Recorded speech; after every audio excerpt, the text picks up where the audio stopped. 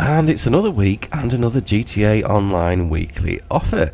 And it's another film car choice I've got to make. So, do I go for the Fox Body from Twins? Or do I go for the one from 30 Minutes or Less?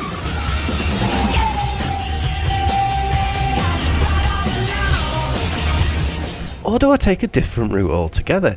Now, there is some customisation with this, but even though it's a new car, there isn't a great amount, which is a bit of a shame, because I could have done with a bit more. But either way, there's enough to do what I want to do, because what I want to do is go Now, I don't have any hair, but let's count it in. 2, 1. Let's kick it! Okay, so we're here with the Dominator FX, which is a sort of new car-ish.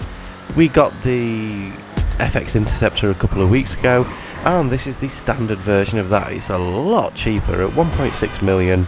It's almost 2 million cheaper than the Interceptor version. But are they basically the same?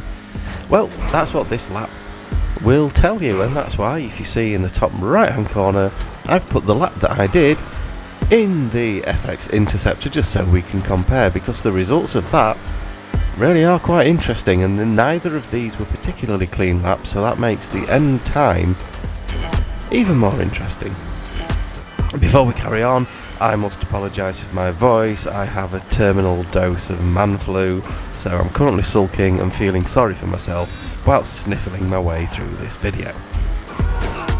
So back to the car, and is it any different to the FX Interceptor?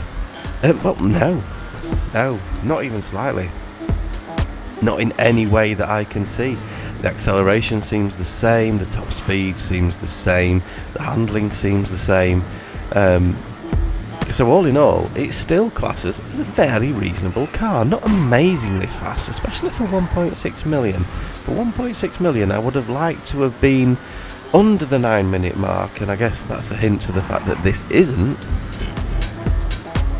But it's still a pretty fun car, and it's a pretty cool car, because you can do a reasonable amount with it. Again, I would have liked to have seen more customisation.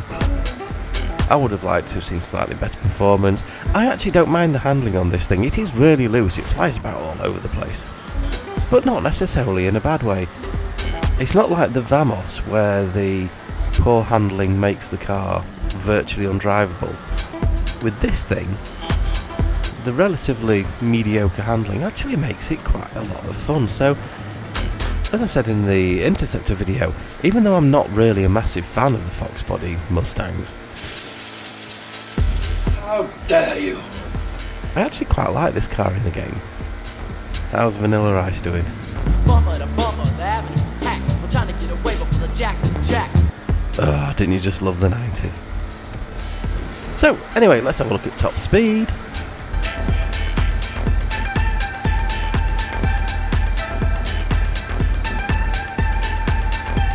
And here's what we managed to do for the top speed.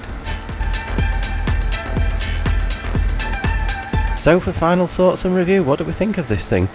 Well, I actually really like it. It's not ridiculously overpriced. I mean, yes, if you look at the performance of this for 1.6 million and you look at cars that you were able to buy for under $1 million a couple of years ago, and it doesn't really compare, but with the state of the economy in GTA Online today, I think 1.6 for any new car is actually not too bad. It's not horrifically slow, it's certainly not fast. I can't see you winning any races in this if racing is your thing, but you can make it look cool enough, and it's a pretty decent car to have. So would I recommend it? Well, that all depends. If you already have the FX Interceptor, I would say no, because you're not getting anything else with this. It's not faster, it's not more customizable. I suppose the one thing that is different with this one is you do have quite a few livery options, which is nice. Livery options that you don't get with the Interceptor version, because obviously there you can only get police liveries, but that's not really a reason to spend 1.6 million on a second version, as I found out when I spent 1.6 million on a second version. But on the other hand, if you want one of these and you don't want to fork out for the Interceptor, and you've already got something for the police missions, or you're not bothered about the police missions, then, do you know what, all in all, it's not a bad little investment. It'll look cool in anyone's garage, and it's just generally quite good fun to have. So with that said, here's the final time it managed to do.